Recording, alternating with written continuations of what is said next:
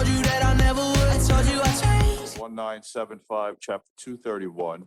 The notice requirements have been satisfied. The meeting dates for the year are confirmed at the annual meeting, are posted on the public bulletin board in the lobby of the Municipal Center, and published in the record within the first 10 days of the new year. Notice of this special meeting via the February 8th, 2022 Sunshine Notice has been sent to the Record, Suburbanite, Northern Valley Press, and has been posted on the bulletin board and the borough website. The first item on the agenda is, of course, public comments.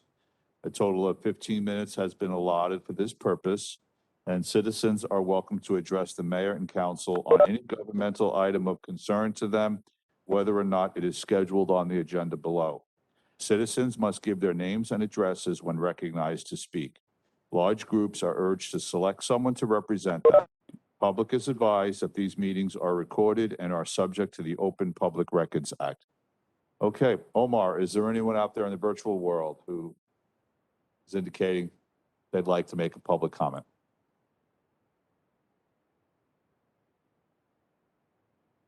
See no hands, Mayor. No hands? Anyone in the chamber today who would like to make any public comments? Hiding on the side that I can't see? No? Okay. All right. All right. So we're going to get going. We've got tonight, this evening, to talk about the Tenafly Downtown Revitalization Plan. Noah is here. Noah, you're going to do it live tonight in person, right? Go to another room. You know, that's. I think we like you being right here. It's nice for a change. Just a couple of comments I'm going to make about the the whole downtown revitalization effort. You know, this is big picture stuff for now and obviously long term for the future. You know, and there's three general questions that I like to think about is the broad one. Can our downtown use some improvement? Does it need improvement? Are there things we can do to improve it for the residents and the experience and to help the businesses? The second is, do you like some of the ideas? There's 18 or 19 ideas here on the list. And do you like some of these ideas? Are there any of them you don't like or you'd like to remove or add? That sort of thing you have to think about. We all have to think about. And also the third is, and we've touched about this when we started talking about the funding, is do we generally agree to use the American Recovery dollars as an opportunity to improve our downtown? And so those are three fundamental questions I think we should always be thinking about through this whole process. But with that comment, Noah, why don't you take it away, please? Whichever you're comfortable with. Whatever you're comfortable with. Just want to be able to make sure everyone has a chance to hear you. Thank you. Again, thank you for inviting me and our team and grouped around these 5 things that we think Tenafly could improve in the downtown area. The first is improving downtown aesthetics to make the downtown feel like a place that people want to visit. We frequently heard from residents that the downtown doesn't have the kind of qualities that they might want to see in the downtown. And, without kind of like going into it deeper, there were a lot of things that just had to do with the look and feel and the walkability and in the downtown area.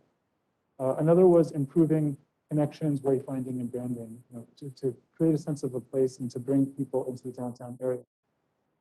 Safety, the third bullet point, is really deals with safety and improving challenging intersections, making the downtown a safer place to walk and bike and also drive. Because we did hear that downtown can be a challenging place to get through, particularly during those peak school hours. And so, we think we've identified improvements that really hit all of those things at the same time. Making parking more identifiable and accessible. Parking does seem to be plentiful in the downtown area, and so how can we better utilize those resources? There are opportunity sites that we think in the future that the borough might consider, thinking about what can be done in those areas, providing resources to help with events and marketing. And honestly, a big idea, and we know that there are a lot of hurdles to get there, but, if the Greenway ever were to happen, that would really be a game changer. The Greenway is not something that we kind of relied on in this plan. Really, we think of these projects being, things that could be done in the short term, but if that were to happen, I think that they would mesh well, and that's something that we thought about as a future idea. Quick synopsis of the projects and kind of how we've framed the projects. There's a mix of capital planning and operational projects. Again, they were heavily involved by public outreach. The costs that we've identified are rough estimates, but based on our professional opinion, we've had conversations both internally as well as other firms to help kind of refine those estimates. Some of those numbers would be refined at a later point. So while we'd like to give an exact dollar amount, it's really difficult to know. For some of them, you would kind of need to get into the details to determine those numbers. Funding for some of the projects is available from other sources. As the mayor mentioned, the Recovery Act funds may or may not be utilized at this stage. There are other funding sources as well. And then we focus on actions that can be achieved right now. But we know that in the past, there have been plans that have sat on a shelf. And what we want to do is provide the borough with bite-sized chunks so that you can move forward and gain momentum to improve the downtown area. So not everything needs to be done right away. Certainly, some of them can be done now, some of them can be done later. It really depends on your capacity, funding, obviously, and willingness and support for these projects.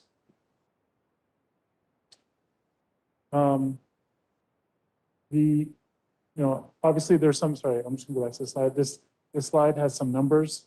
What we've identified for 2022 was roughly 1.3 million. And that was just thinking about the Recovery Act funds. We could move these numbers earlier, happy to discuss that. And then the rest of the money was kind of pushed to the 2023 and later side of the budget. This slide, I don't expect to kind of go through all these numbers, but I think what it shows is that a lot of the projects can be done in different phases. There's a short-term and a long-term plan, and a lot of them are interrelated. So we've begun to think about how they would be sequenced. And to go very quickly, I've probably taken up a little more time. The first project is really to think about those intersections in the downtown, how they could be better utilized, particularly as you have the railroad that cuts through the downtown area. We see an opportunity to potentially reclaim some of the space for public use. One of those areas would be at Tyler Park and at the intersection of East Clinton and County Road. That intersection it actually is detrimental. By taking out a leg, you would make that intersection more efficient. The same can be said for the bus stop area.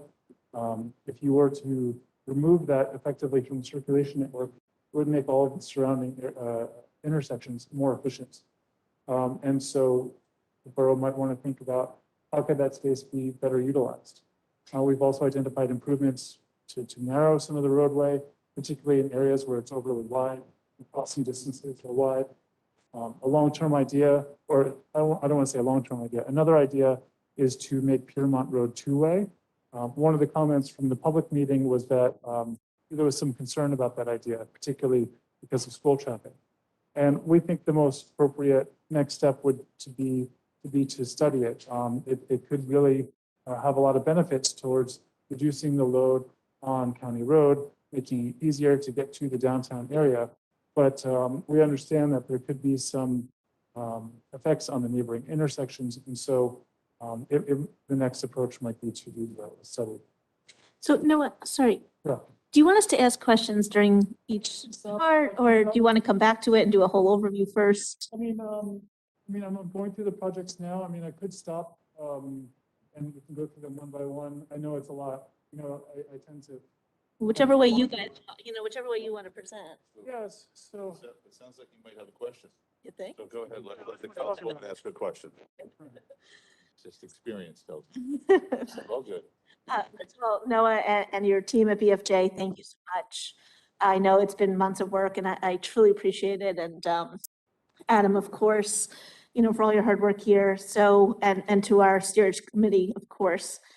It's wonderful to see this come together with an order and a plan. So I would, for me tonight, I've been kind of quiet in the public meetings. I've come to all of them, I've listened. And some of these were vetted, as individual projects back in the day, and I watched them die at the table. So for me, it's great to have everything together and have an order. So what I'd like to do is kind of delve through each of the 19, I guess you could say, and have the four of us ask you questions. I mean, I think that's okay, Adam. So I want to actually talk about this, the very first concept, which is a major overhaul of obviously our traffic patterns. So when we studied this, back in the day, we did a basic traffic study here.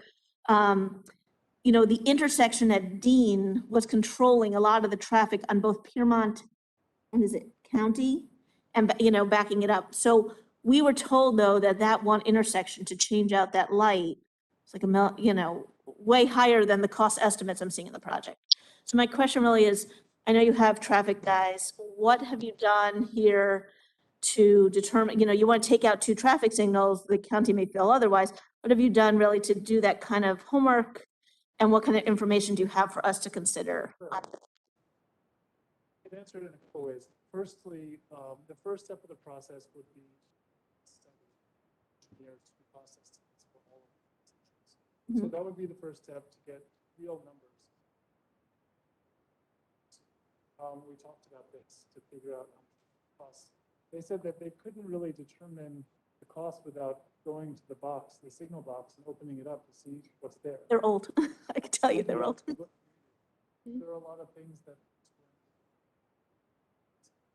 there are other things not having to do with the signal, having the crossings, making them maybe accessible, bringing them up to code, that sort of thing.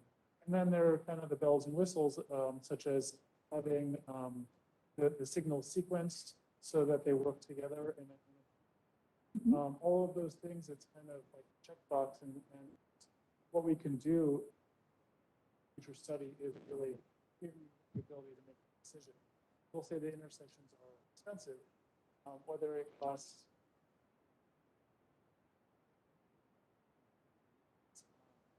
a lot of factors.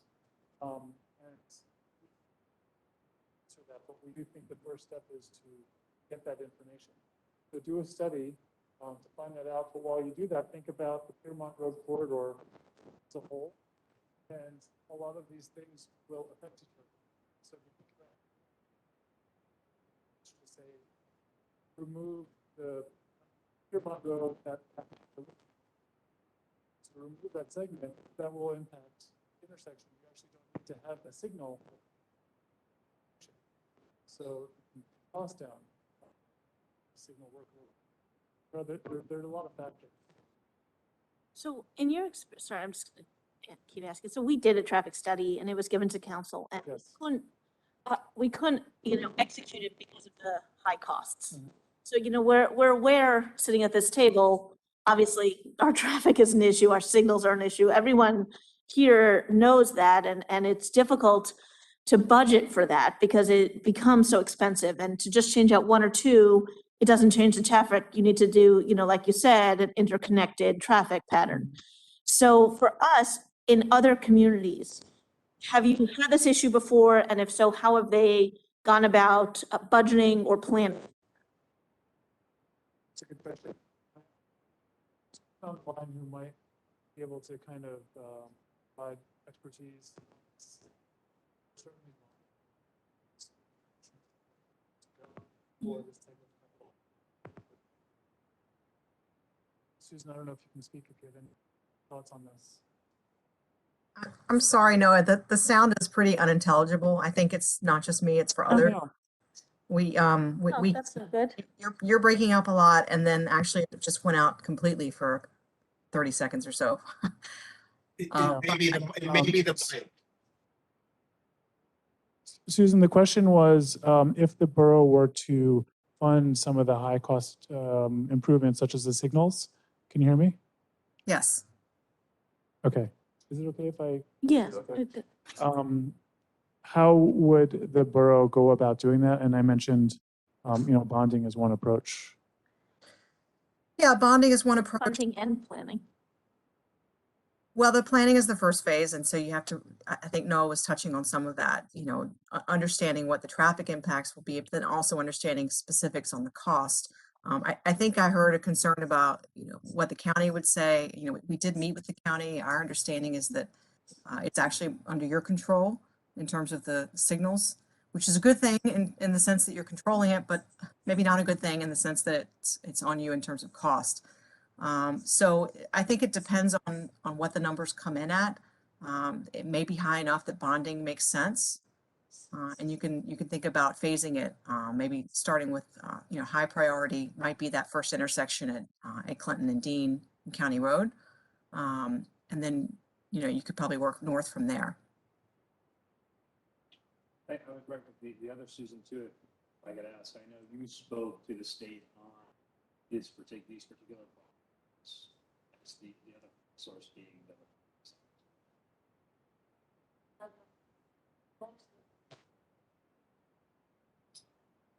But this was quoted as more expensive than the 1.3 or 4 that we even have for the funds.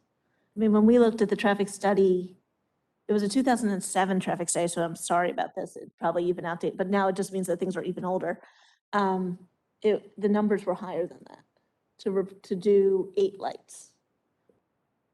Yeah, you've seen that study. Pardon me? You've seen Of this? course, yeah, I was on the council when we did that study. That Yeah. was actually a very, a more aggressive plan for traffic lights covering like everything, Right. far more than even this contemplates. But I want to follow up to a question from the councilwoman because she raises an important issue.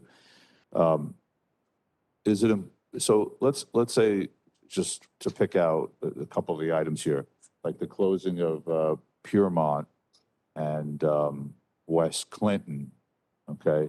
And the closing of Piermont by the bus stop and making that into a public park.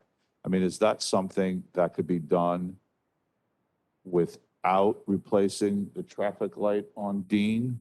And, maybe the timings have to change, but how does that work? Is the traffic light situation and everything or nothing? Or can we do things incrementally if we're taking lights away? You How can does- you can do things incrementally. We actually talked with the police chief about this, and these 2 intersections, the areas in green, were actually proposed previously, and the police chief seemed to, basically have signed off on it. He seemed to be okay with the general idea. We had a long conversation with him about this. The plan wasn't exactly the same. They had kind of a parking area where the bus stop is. But he seemed to agree that this would improve traffic flow. These 2 things could be done independently from the Dean Street and East Clinton. That they could be treated somewhat independently. But I think the signals around where you're making these improvements, if you're removing a segment, you might want to sequence them, and you might want to sequence the signals along County Road, because I know that a lot of traffic kind of moves in the same direction during those peak periods. So yeah, I do think they could be treated differently. Does anyone else? Or I just keep asking. So in the public session number 2, I was listening in, and one of our residents on our transportation committee had some issues with this. Howie Seiden raised some issues concerning taking away the bus stop near the Mr. Walk Center on Piermont. Not only just for pedestrian safety purposes, but he actually said the turning of the buses would delay, in his opinion, would delay the traffic pattern on County, which would then cause, what happened is that people used to avoid County and come up the streets in like Engle, Magnolia, all those, and come through those to avoid the traffic. And so they moved the traffic back down into the center of town, which I live over there, so I'm appreciative of. So I don't want to create a situation in which that occurs again. I understand. Yeah. I'm not sure you accurately capture what we're doing. We're keeping the bus stop there. We're just moving it from being right in the center of that road to either being on, I think it's Hillside or on Highwood Avenue. So just moving it to one of the sides. When What we about the spoke- turning onto county? Right, that- when we that spoke turn? with the police chief, he seemed to, they actually did a test with New Jersey Transit Okay. to see if it works. I don't know if they would turn onto County or whether they would make a right turn onto Highwood and then a left. But they did a pilot to see if it worked, and it seemed to work okay. I mean, that was our conversation. You could also, as far as the turning radius is concerned, you could definitely change the radius of that turning, of that area to make sure to accommodate the buses. It's not something that seems like a big hurdle to cross, other than making sure that, obviously you'd want to do it in consultation with them and with, New Jersey DOT to make sure that they could do it. But preliminary indication is that they were okay with it. And the movement from the traffic while they're waiting for the buses to turn, you don't foresee cars leaving county and moving into the home area, like the residential area? Like a cut through traffic? Mhm. Well, I think when you think about these improvements, if you think about better sequencing along County Road, that would help to, move traffic better. This improvement would improve the intersections in that kind of core downtown area. That will make a significant difference as far as the traffic, waiting times at those lights. So, I think we see it as overall positive benefit to take that out from a traffic circulation standpoint. There aren't that many cars that go through that intersection compared to other areas. When I did it, I found it to take actually longer to go through there because you're kind of stuck at there are more lights. Sure. It was faster to go to County Road. But the traffic volumes that would be shifted, I don't think would be significant, but it should be, looked at and certainly done. Another thing to think about is you could do this as a pilot project where you kind of basically just stripe that area off, see how it works, to obviously do it in consultation with the police chief, and make sure that it doesn't unduly impact the surrounding roadway network before you make any major investments. That's just something to think about. Good idea. Thank you. Just to that, I remember, I think the police chief indicated that if we make the area around Cafe Angelique, Hyler Park, a parking area, that where it would have to go back out toward Washington Street, that there's no signal facing that. So we Right. can't do that as a test, unfortunately. Right. Yeah, so that whole thing would have to be reconfigured. There was also, I think, in the original, that old plan, there was something about taking the buses to J Street, turning down there, and then, no, I'm talking about northbound, down to J Street, and then changing the stop signs on Highwood and what becomes J or River Edge at that point, so that right now Highwood's the through street, that would get the stop. So I don't know if you saw those plans. I didn't see those plans. I mean, just my knee-jerk reaction would be to not remove a bus stop from the core of your downtown area. You do have, it is a good thing to have a bus stop there. People will, get some coffee before they go to the bus in the morning, and it's a driver of traffic. It's a good amenity to have downtown. Well, I think if you think about the northbound now, the northbound really is by the Shoemaker on Highwood and doesn't go into the bus stop already. So that one's not in the downtown. The south would still be along that triangle that you've created. Right. So it would be what you're talking about, just, I'm talking about the northbound Right. shift. I think what you're getting at is that there are a lot of Option. options to this idea that are good options and could be an improvement. And what you're seeing on the slide is the process of kind of really getting into the nuts and bolts of how that would work, creating a plan, coming up with engineered drawings for all of those ideas. We just touched upon them. It wasn't in really our scope to kind of really hit this area hard and looking all those diagrams, but there, in our opinion, there's something to be looked at further, and a plan will get you to that next step of knowing whether to move forward or not with some of these ideas.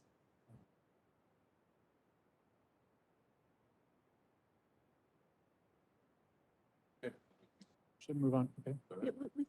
Yeah, so these slides kind of just really further illustrate the concepts.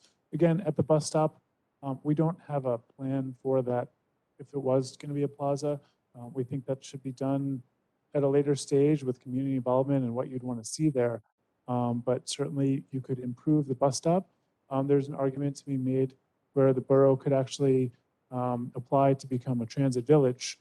And in order to do that, and that what that does is it allows you to have a little bit more flexibility with some of your RSIS standards and maybe some funding opportunities. But yes, it's not a train, but an enhanced bus stop, we think could qualify. Is that a term of art, transit village? Transit village, yeah. I have to ask a question. Yeah. Transit Village, that, you said you apply for that sort of designation? It's a designation that's given by the state. Susan, I might call on you for this one. Want to jump in? Yeah, it is more than a term of art. It's an official designation by the state. I think it's the Department of Community Affairs. And basically it's acknowledging communities that have fixed transit. Typically it's train stations, but a fixed bus stop we think would qualify. And it's identifying communities that have that resource and also are choosing to sort of leverage that resource as part of their downtown in terms of future revitalization, activating the downtown. So it's a bit of a cachet. If you look at the list of communities that have been designated transit villages, they tend to be places with really great downtowns. And it also does open up funding opportunities from the state. As Noah mentioned, it gives you the opportunity to ask for some flexibility on those RSIS parking requirements. So where you might have particularly residential in a downtown, you might be able to relax those a bit in cases where it makes sense because you've got that transit resource. So it's just kind of a nice. Go ahead, please. Go ahead. That's it. Thank you. She was done, okay. So just to focus in on the issue of there's funding opportunities for that from the state? Correct, yes. Could you give us a 30-second overview of? Yeah, I think they're competitive, but they tend to be, grant opportunities to further leverage the resource of the transit node that you have. And to look at things like, public realm improvements, encouraging transit-oriented development. There's a whole host of options. We can provide some more information on that, but it is a program run through the state's Department of Community Affairs. Thank you. Of course, go ahead. So I'm actually your liaison, by the way, for the Northern Valley Greenway. And one of the things obviously we're looking at is to get an entire infrastructure of bike and walk to the downtown so that you're able from all the areas of Tenafly to get there and then get on the Greenway. Has there been any analysis in the street closing about maybe where pedestrian path or bike paths can go safely? I mean, County Road is not exactly the safest. A pedestrian path to. So basically, assuming we can ever get a Greenway up and running, we need to get our roads, feeder paths, thank you, Dan, feeder paths. We haven't really pinned down a pathway from the east. There are challenges. We were really focused on kind of the downtown core area, just to be honest. However, we do see River Edge Road as being an opportunity for a multi-use pathway that could connect Tenafly and Northern Valley Greenway to areas west and Bergenfields. The road is very wide. I'll get into it. There's plenty of space for a multi-use path. A lot of that can be done with striping, but in a longer term phase, you can kind of formalize those improvements. We see that as an opportunity. We've also had some of those links to the Greenway in the downtown area. We've thought about, for example, in this graphic, if you look at Piermont Road, where it meets the bus stop at River Edge Road or J Street, creating a pathway or a sidewalk there and improving or reducing crossing distances.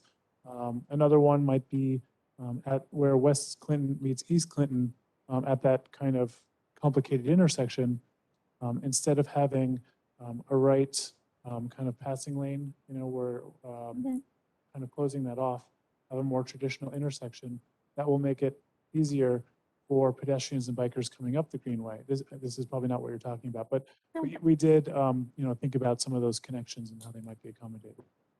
Wish I could tell you the Greenway was coming anytime soon, but it's, the Greenway's way off. I know. We're gonna imagine. Yeah. Go ahead. Want to go to the next one? Question? No? Go ahead. For this is the signals I think we talked about before. One thing I would mention is these projects could be done independently or they could be done all together. So, we've estimated the cost to kind of do cost estimates. And then also we have this project to look at Piermont Road corridor.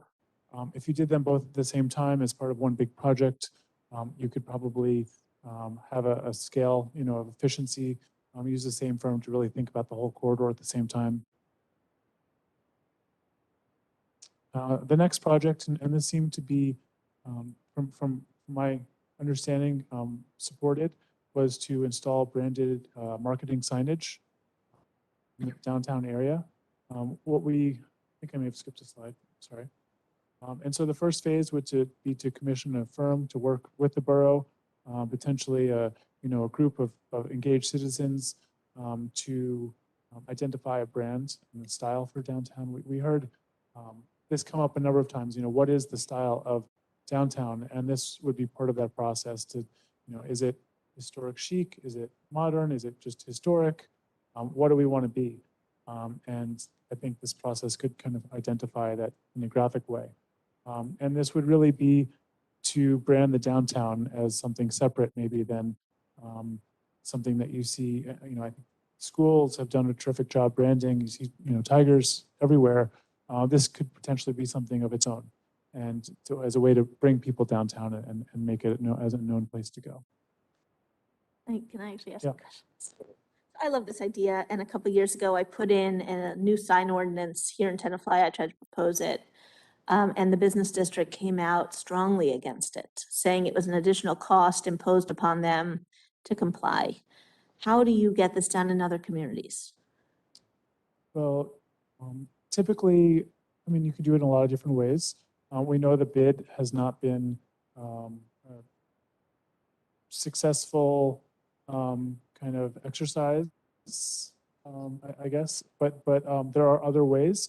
The borough can be more involved as far as managing the downtown area.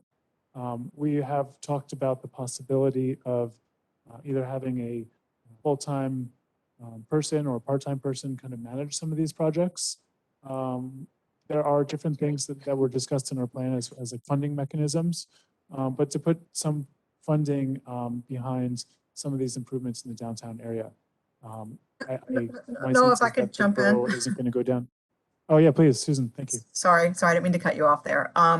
I think specifically with signage and funding, there are options for businesses, and they don't all have to be high cost. So I think as part of the development of these guidelines, there could be a range of options, and some of it is really just colors and guidelines for types of materials. You're not necessarily binding businesses to specific materials and types of signs, but you're giving them kind of a palette and a range. So, the idea would be that there would be good choices that don't necessarily have to break the bank. I think we're all cognizant of trying to be business friendly. And then the other side is that there could be incentives for businesses to upgrade their signs or make, slightly higher end choices perhaps. And you could look at things like, waiving or reducing fees if they, really comply with the guidelines and kind of go the extra mile. You could even look at if it's an owner of the property, maybe even a slight tax incentive. There are definitely options to incentivize businesses and property owners to kind of upgrade themselves. And we do think that if you do start to see, improving the overall public realm, things start to look better in the downtown, that also kind of has a nice sort of self-fulfilling prophecy in the sense that, often we see that business owners want to upgrade. They want to to sort of take their signage and their facade to the next level. So some of that can kind of start to happen naturally, but I think Noah makes a point about, you know, kind of doing things on the management side, you know, creating these guidelines, but there are even financial incentives that you can work with the business owners and property owners to implement. And if I could just add, I just wanted to make one important distinction. This slide is referring to kind of like placemaking and Like and wayfinding? wayfinding signage. We also have these design guidelines for building facades and signage, which I think Susan was speaking to as well as on private properties. How do we ensure some consistency and maintain the character of the downtown? And so this would be to create a palette of design guidelines to, you know, so a new development comes in for site plan approval, you can say this is what they want. It also helps developers. They oftentimes want to see it because rather than go through the back and forth process, the planning board, they know, okay, this is what we want, this is what we'll put in the plan. Biggest things with sign parking. Yeah. Councilman Dayton and I are looking at digital.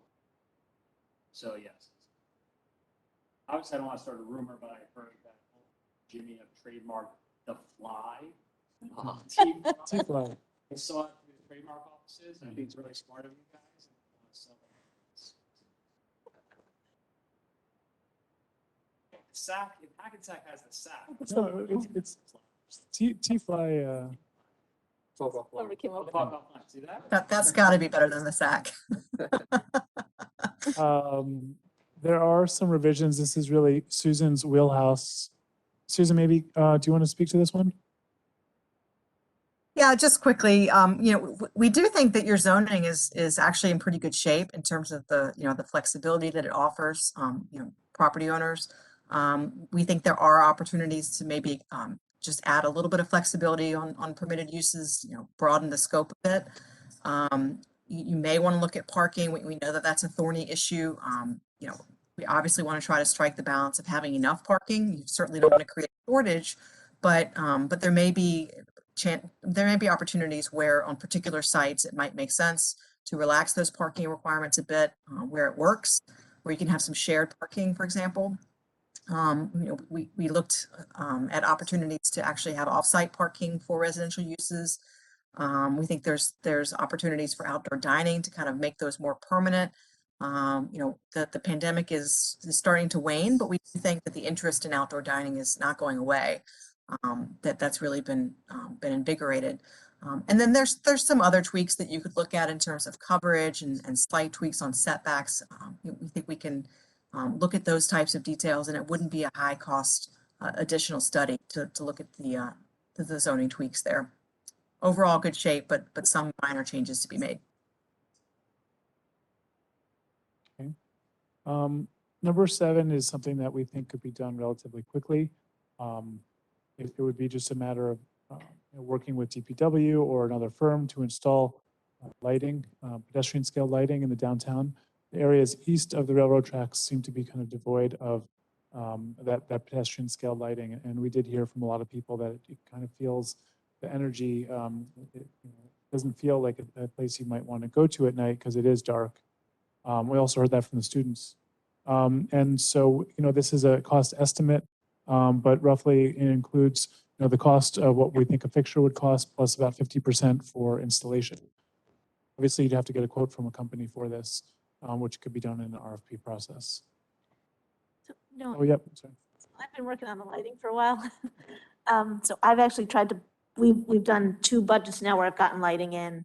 And unfortunately, almost all of the budget is winding up replacing the electrical downtown, the old grid. Now we're finally at the point where we can actually change the lights to LED.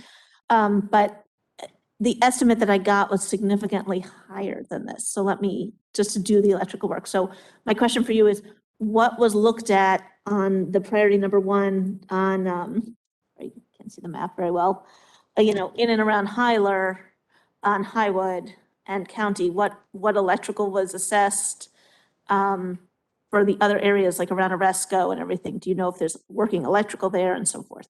We weren't able to get into that kind of Detail? Okay. we used estimates for, you know, We could hear you. an average of what these lights cost in other towns. So kind of a cheat sheet, if you will. There are a lot of, variations, and the electric is important. If there are studies that have been done, we can look at that and revise our estimates. I haven't been provided that. We were happy to go in and kind of revise these numbers. This is just kind of, a first pass at it. I just didn't know if you guys had done anything additional. We've only looked at Washington Railroad, which is the T, and that electrical has all been redone in the past 2 years now. I think we're finally up to it. We lit up the trees, we're changing out the heads of the lampposts. Obviously, they need to be painted, which I saw you included. So that's great. Yeah. For the, what I want to know is the lighting beyond that. So that's what I wanted to know, how much was looked in. Yeah, I mean, if you have someone to put us in touch with, or estimates that something that you can give us to refine these numbers, we can do that. The plan isn't. We is haven't, that- we haven't done past the T. Okay. This is our best guess. If there needs to be additional electric work above and beyond, kind of, obviously you'd have to, dig up, the sidewalk, in certain places, and it is a significant installation. We understand that. So we included part of the cost for that. I have to say, this is, out of all the things, this is one I'm most excited about, everyone. I want the lighting. It's dark downtown. It's dark. I have a question about lighting, okay, and rolling out of new lighting, like a plan like this. Is that something we can go out to bid directly to, like a lighting design build firm who could then come in and say, okay, it's going to cost you X amount of dollars, you're going to get 40 lights, this is the layout, that sort of thing? Or do we, because traditionally when we do projects, large construction projects, we hire an architect, we hire an engineer, we spend money on those professionals, and then they kind of run with the project. But I'm just kind of asking the general question for something very specific as lighting. Could we just go with one organization who can do the design build? Or would we still need to have that clerk of the works, the engineer, whatever it might be? I think I'm you thinking could just about go with one economics. firm. Susan, you'd obviously want DPW to be involved in that process. Of course. But Susan, I think it's just one firm, right? Yeah, I mean, we've typically seen it actually be an engineering firm. Many of them have the experts on their staff to look at lighting and in combination, particularly with the electrical. If they need to have a small sub-consultant who does nothing but the actual design of the fixture itself, then that may be. But we have typically seen that it's that you hire an engineer, a sort of a specialty engineering firm, that you don't typically need an architect for the lighting. In other words, one design build firm can be awarded the project to take care of the whole thing, from soup to nuts. I believe so, Yeah, yeah. I think so. We'll get more lights for our money. But we'll let Jeff go and then, Oh, no, I'm Oh, sorry. that's okay. No, I was just gonna say, we've already hired a lighting designer for Right. both the Roosevelt Monument and the train station. Each of those, I want to say, was about 14,000 just for the design. And we found that there aren't as many design builds out there as we thought there should be. And so that's for one building, 14,000. I would Right. imagine this would be a bit more for the design. And then you'd have to figure out getting in electric and the plan. I think those are the basic steps. right.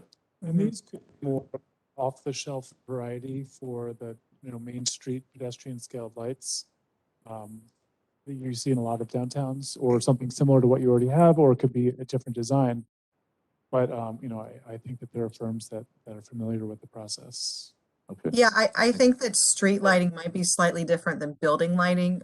Like I know, for example, that many of the utility companies have go-to designs, that they, like Noah said, off the shelf, and they have go-to firms that, that really can just come in and pretty quickly do, X number of street features. So I'm not disputing that there are probably a few firms that specialize in lighting as an industry, but we do think that street lighting tends to be a bit more streamlined. Hopefully that less trouble finding a firm to come in and do it. Thank you. That's a great, actually, idea. We had talked to our engineer Colliers about possibly talking to the utility company to add lighting. I know this is a little bit more industrial than we're looking, not as charming or historic, but in your experience with other towns, will a utility come in and just add in lighting, like at certain locations? That's a big yes. I'm sorry, didn't mean to, we had that conversation with the head of DPW. He said, they'll do it, and really, for us, it's the cost, the annual cost of electricity. Yep. But he said they'll do it. We talked about that for River Edge specifically. That's what, that, Right. So the utility will do that if we ask them. so then I'd be interested to know if you guys have places where you think more utilitarian lights can go that When you might make a say- when difference. You say like utilitarian, you mean the Cobra head? The, Like what is, Street know, light, the really overhead street extra light, yeah, tall the overhead. industrial looking, Well, it doesn't have to be that. I do know that the utility companies do have versions that are meant for downtowns too. Like I've seen, better. you know, that they obviously have their highway fixture, but they also have some options for, you know, lower scale, more pedestrian oriented stuff.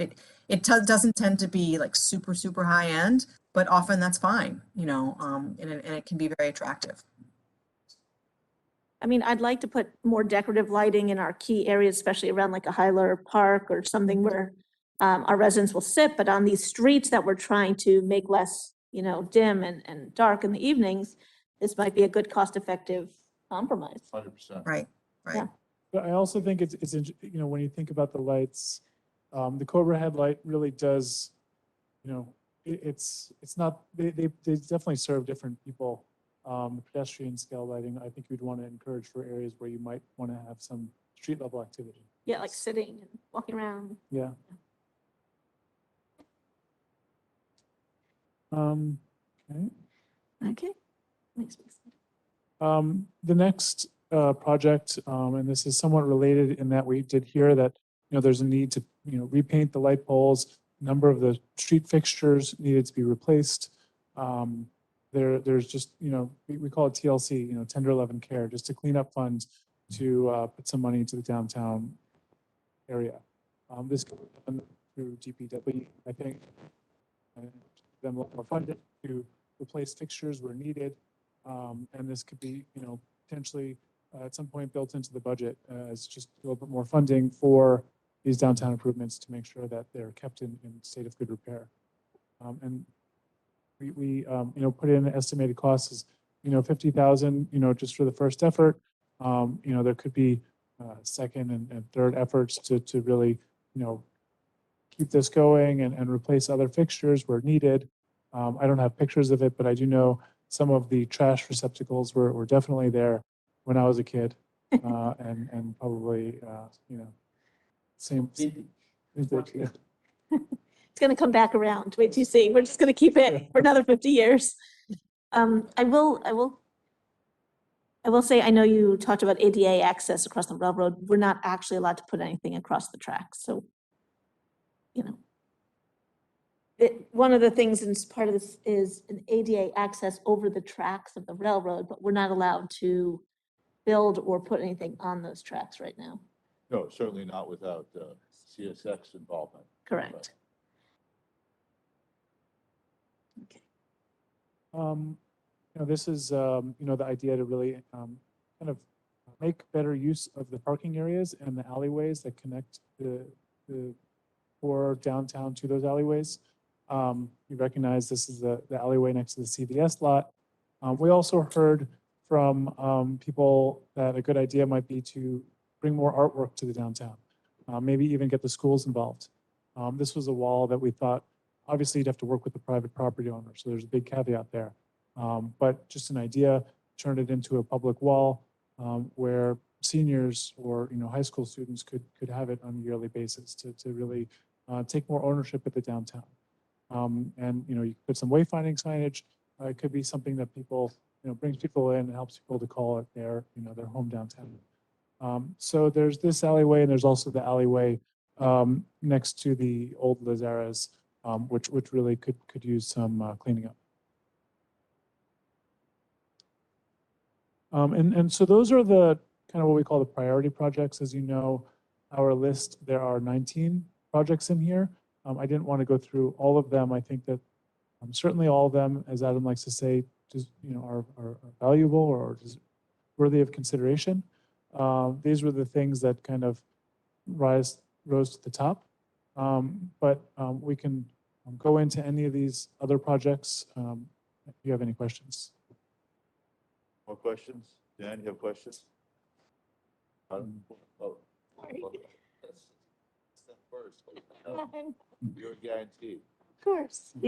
Well, hey, I'm trying to do my homework. No, that's good though. Okay, so the project that I pitched before the pandemic was the median through River Edge Road with landscaping and electrical. It's very industrial feeling, obviously. The traffic patterns are an issue, pedestrian safety is an issue. The bus coming into the traffic pattern, crossing over the double yellows. So we had started to work with the county on this project, and of course, the county said, sure, you could change our 2 lights, and we'll give you permission to change our road as long as you pay for everything. So in your analysis, I actually like that you added more bike paths, everything. The 2 issues that we were looking at is whether we create things and push it to the side, so landscaping and lighting to the edges and not do a median, or bring the road close together, 2 lanes, and do a median with turn-throughs. In your analysis, I'd love to hear how you guys came up with your plan and what you thought was best on that. Well, I guess the 2 big things that it does is it provides kind of a pedestrian and bike connection, the east-west connection. It does narrow the roadway a little bit, and hopefully, having the secondary effect of slowing down traffic. We think that a median or landscaping on the side is also a good idea. But I don't think you could do both of those at the same time. Yeah, I mean, I was pitching a median, but yes. Or a median, a median is a good idea. Were you saying a median versus kind of like narrowing the road and putting landscaping on the sides? So there was a discussion of 2 straight lanes, 2 turning lanes, landscaping on the side, so 4 lanes across with side landscaping and side lighting, or narrow the road so that there's a median through basically the 2 center lanes right now, and then the 2 outside lanes become your traffic. Right. Technically, it's about 4. Yeah, lanes I back. mean, I think that's a really good idea, and it would create a more prominent gateway to the downtown. I mean, River Edge Road really is that gateway, and now it kind of feels more auto-oriented. And so the landscaping would really make a big difference. And yes, I do think a median would be a great idea. You could design it in such a way, I think, my understanding in the past was that the emergency services weren't in love with the idea because it might inhibit their movements. They wanted pass-throughs. They Like want when I worked with the traffic division, they wanted to make sure the ambulance Right. can pass through and go to either end. I think it can be accommodated, and I think you could also, there are places, if I can just go up to my design here.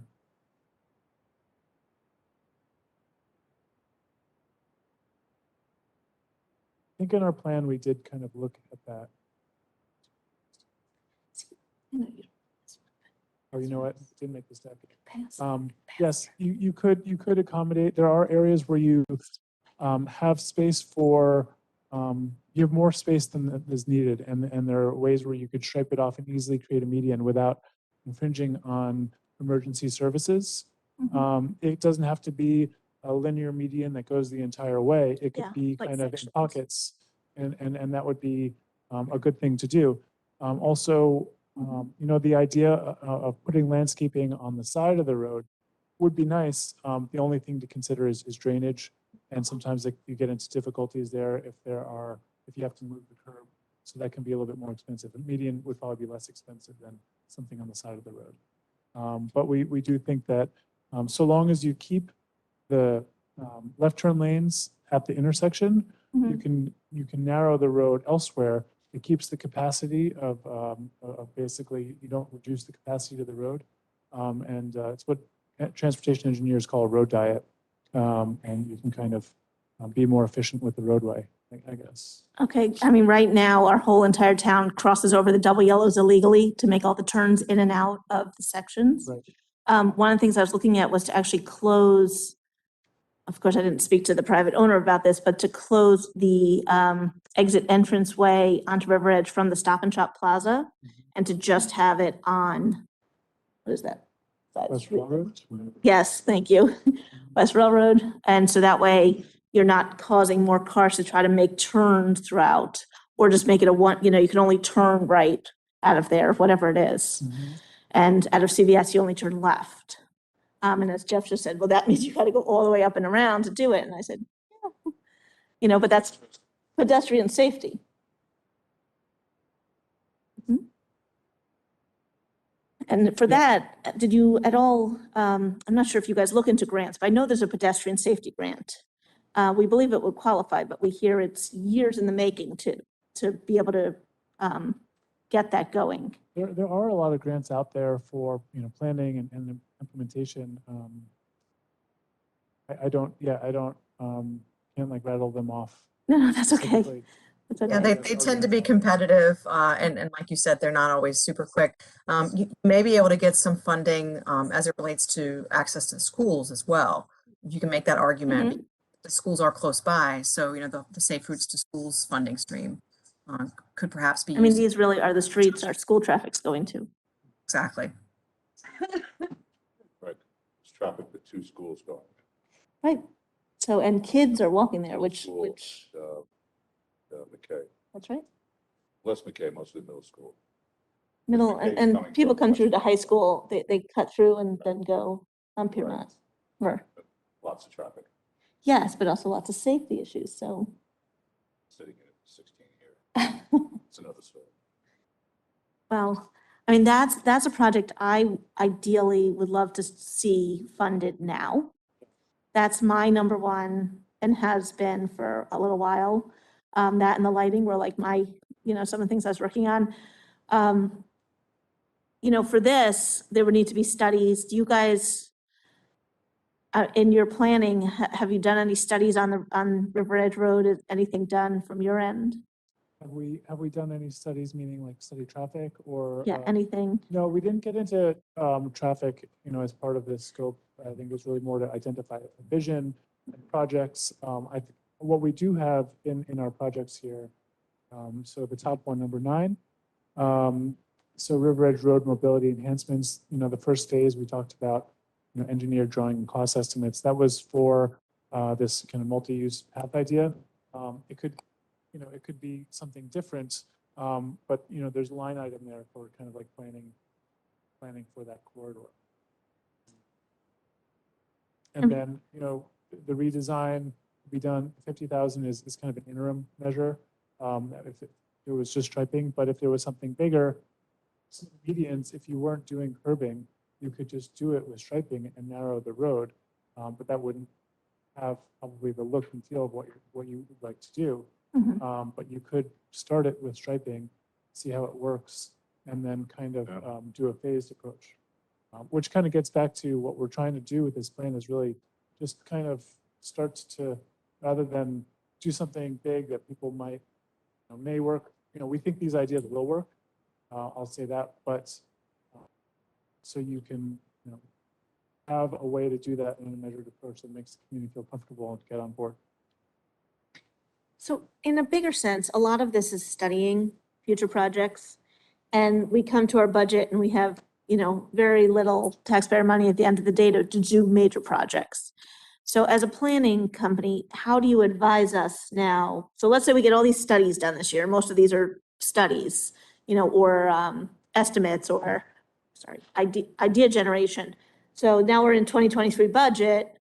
And now we have a list of 8, and we probably can't fund the actual projects to do in all 8. So how do you advise us to pick and choose as we go forward? Or is that something that's for a later conversation? So in part of that answer, Susan, Yeah. can you step up to the microphone Hey, Susan. and bring you have your checkbook with you?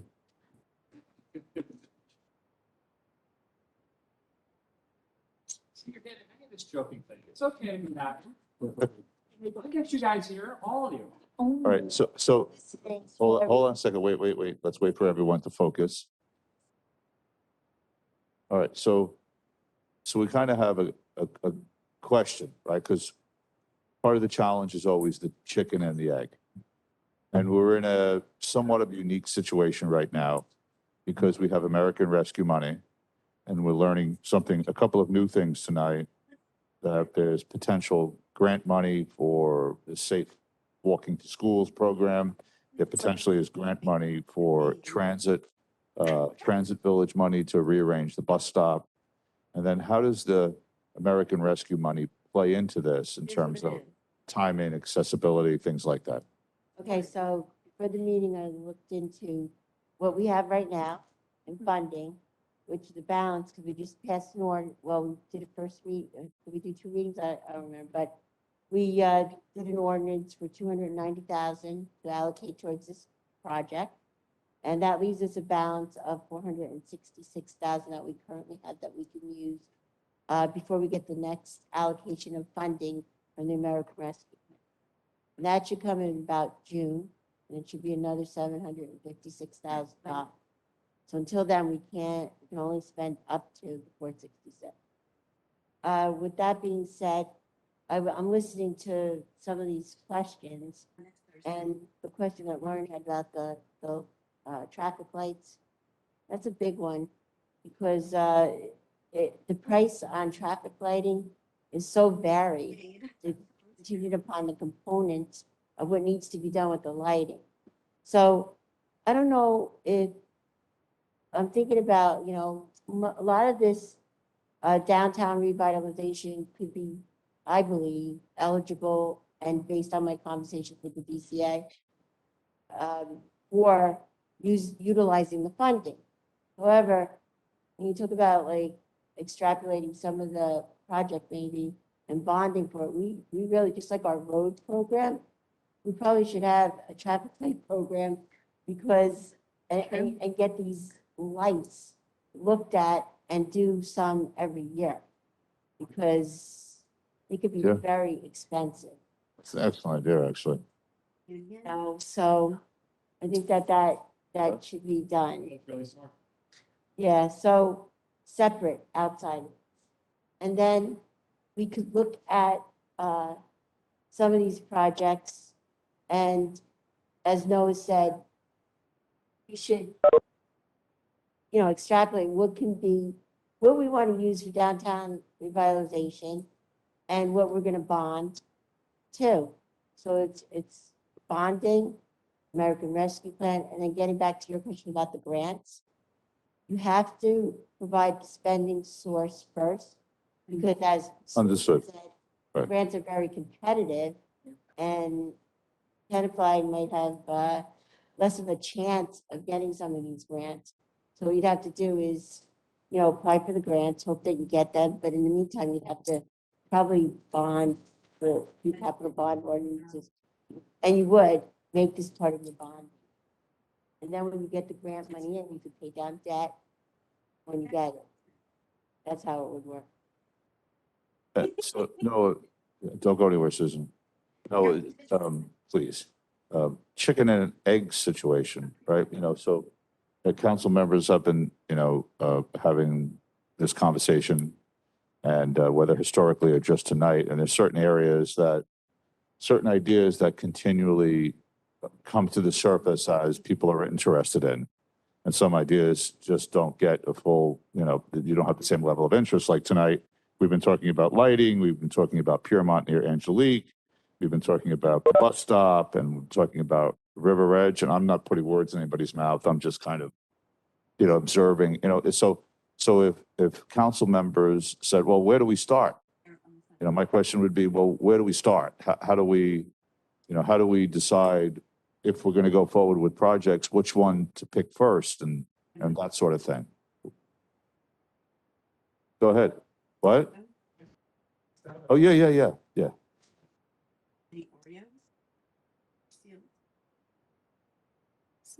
So, I think we, is this okay?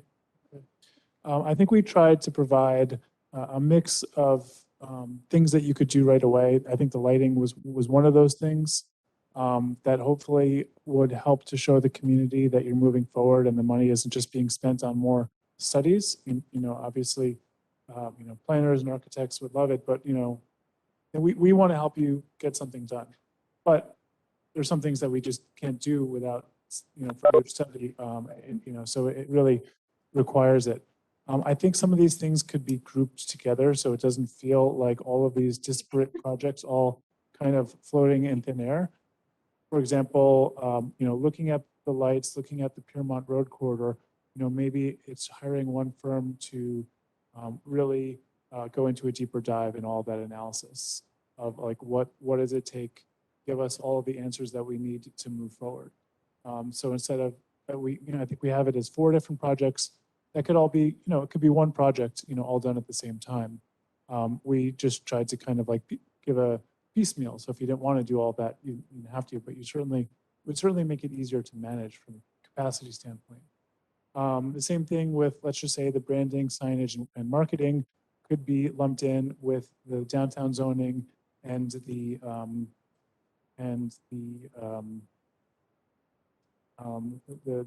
guidelines for hiring a designer and a planner to do the zoning. So these things could be grouped together. I guess what I'm saying is we have 9 projects here.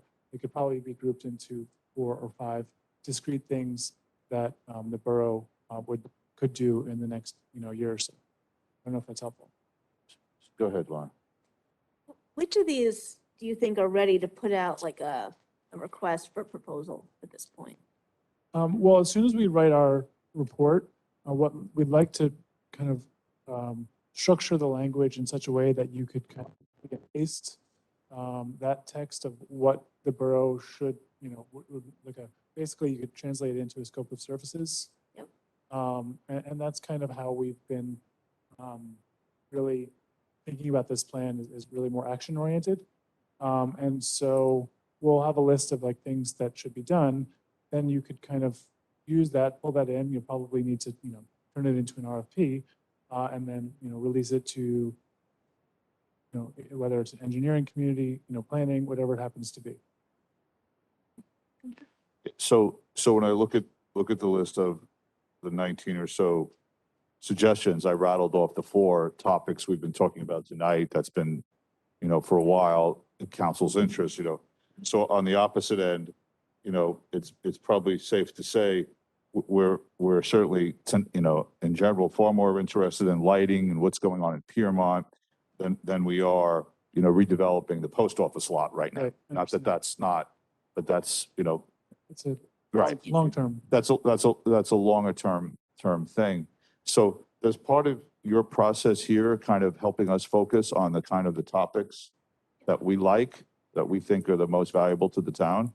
I think so. And it also comes out of the public outreach, what we heard from what people tended to focus on, which was really, improving the look and feel of the downtown, making it feel safer. We did hear, a desire for more things to do in the downtown. And that kind of gets at, what you were just referencing is like an opportunity for new uses. But that's a long-term, we understand that's a long-term idea. We heard that people want, another restaurant, a great cafe that they could, eat at. Hopefully with some of these improvements, the idea is that you will, capture more people coming from, outside communities, more of the Tenafly people pervading the downtown area. That'll help with some economic development efforts. Not going to necessarily solve all of the problems of, filling every vacancy, but it does fill in the gaps of some of the deficiencies that we've seen as outside consultants and how you can improve the downtown and make it more friendly for businesses and for people to visit.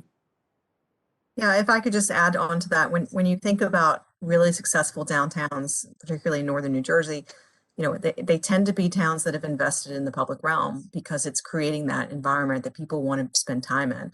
And, sometimes it's accompanied with significant development. I mean, you've seen examples of redevelopment where, mixed use comes in and it does start to create activity, but it doesn't have to depend on development. It can be just improving the look and feel, making people want to spend more time downtown, and then the development, and I don't mean necessarily significant development, but the businesses come. They see that the town is investing in the future. They see it's a place that they want to be, and that, there's starting to be more activity, and typically the businesses, do follow on that. We think that there's work to be done on the marketing side too, and I think the study will, will explain that in terms of, the borough investing also in, getting the word out, branding, thinking about how the downtown is programmed and managed a bit. But just improving the public realm, we think will go a long way in really creating that environment. Susan, side question. Were you going to say something, Noah? I'm sorry, I didn't mean to. No, you go and I'll. Side question. Have you determined the capital budget meeting, when the council will be meeting first? I was gonna give it to Omar probably right after this. Pardon me? I was going to send the schedule to Omar, Oh, okay, fine. very soon. It's gonna be But on. are you suggesting a meeting, is it March, the capital meeting? I had to revise it, What? but it should be relatively soon. But I just wanted to add some items to what Noah had just recently said, and I think I could help to address your question. Go ahead. It's together. So really, the one main focus is, and there's a lot of projects there, is you really need to have someone overseeing this, because I heard you have to comply with local public contracts law. There's gonna be quotes that need to be obtained. We're gonna have to look at bid thresholds, what kind of professionals that we need to bring in to do certain projects. Jimmy, wait, isn't that Yeah, I was- our BAs? Yeah, I was about, Jimmy, I don't mean to. Jimmy's going to be working on Saturday a lot, he was telling me today. No, but I mean, isn't that I the think BA? that it really needs, I think Jimmy will have his hands full to be putting this all together. He might need help because it's a lot here. We understand. And you're talking about multiple projects for one big project. And you really need to make sure you're going to comply with local public contracts. And there's also probably some state control guidelines that come out. I mean, of course, I can help Jimmy. And it's just that I'm hearing some items about our RFPs, and you need funding sources for that. And we have to really look at those traffic lights. There's a lot of stuff here. But one of the things, just to comment on, one of the things you're suggesting is, we're not looking at this as, in terms of implementation, as like one monolithic thing, like we're building a building, like we're building a new DPW building that has to include the sidewalks, the excavation, the environmental cleanup, right? These are, many of these are unique, self-standalone projects, right? Like we could just fix the traffic lights. We could just do, a meridian down of plants and flowers down River Edge Road, and nothing else, right? So they're not all, one of the problems over the past like 10 to 15 years is that when we've looked at previous improvement plans downtown, whether it's all lighting or the roads, some of the mistakes I think that we've made is that we always have looked at it, it's everything or nothing, and it's $5 million or it's nothing. And I don't think, I wouldn't recommend we look at that this way, rather than we look at it the way we are looking at it, which is incremental improvements that are part of a big picture, so that as you're doing it, it all comes together like a puzzle. So Adam and I had a conversation with our bond counsel. And what Noah said is the route that I would try to take, which is grouping some of these items together Mhm. as a project, as a priority. I mean, you remember that fall, right? And bond counsel and I both felt that the way to go about this is to do like mini projects Right. within the project, which is what you're Correct. saying. Right. So this governing body needs to decide what the priority is in here, how we could group it together. And then if we need to go out to bid on that, which we would go out to bid. We could succeed taking little chunks of this and getting them. So thank you, Thad. So no, don't stay. Come hang with us. No, stay. So Noah, with that, with kind of everything you've heard now, what's the next step? Can you come back to the council to help us focus with, what you've heard council members talk about here tonight, with a list of priorities tied together with what Susan is kind of, with Susan and the bond council's recommending? How does it work? Well, it's a good question. I mean, we were hired to, to build this plan, and as part of the plan, was to kind of think about 2022 capital budget and, given the timing, think about what can be done, right away. And, the Recovery Act's funds, when that came in, it was phenomenal timing Right. because it really, gives the borough the ability to really act on some of these items. As far as like the budget process is concerned, we're going to create a plan, and we hope that that kind of provides you with all of the you need. As far as prioritizing, it's difficult as planners, sometimes, they're almost maybe political decisions, or they're decisions for the borough to make as far as which you think are the priorities, given the information that we provided. I don't want to presume, maybe Adam can, Yeah, so don't like the word, I'm just trying to explain. Yeah.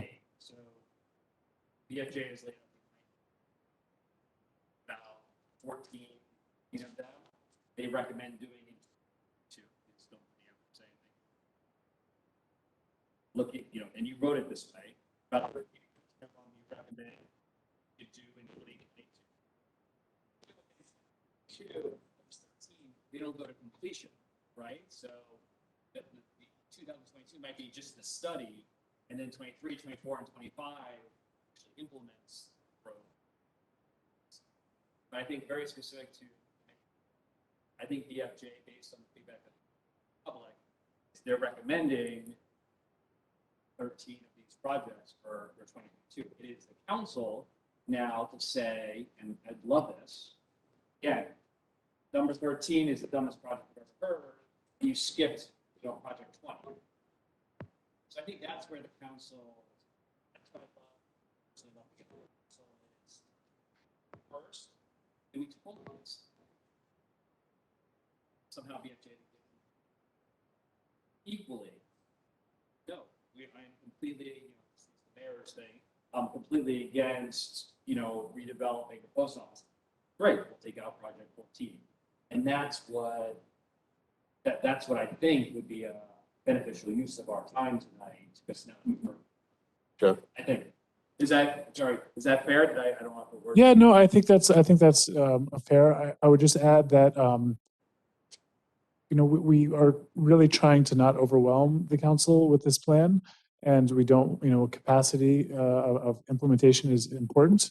So if there are things that, just the sheer number of projects, if that's overwhelming, if it means maybe focusing more money on fewer projects, I think that would be reasonable just from a management standpoint. If you look at this list, I think it could be accomplished as, just looking at it now as 4 or maybe 5 discrete projects. All of the transportation projects could probably be grouped together in the first phase. I would say that the planning and the building side might be different. For example, number 4, the upgrading of the signals. First, you do the study, and the actual building might be somewhat different. The zoning, the branding, and the design guidelines could be grouped together as one project.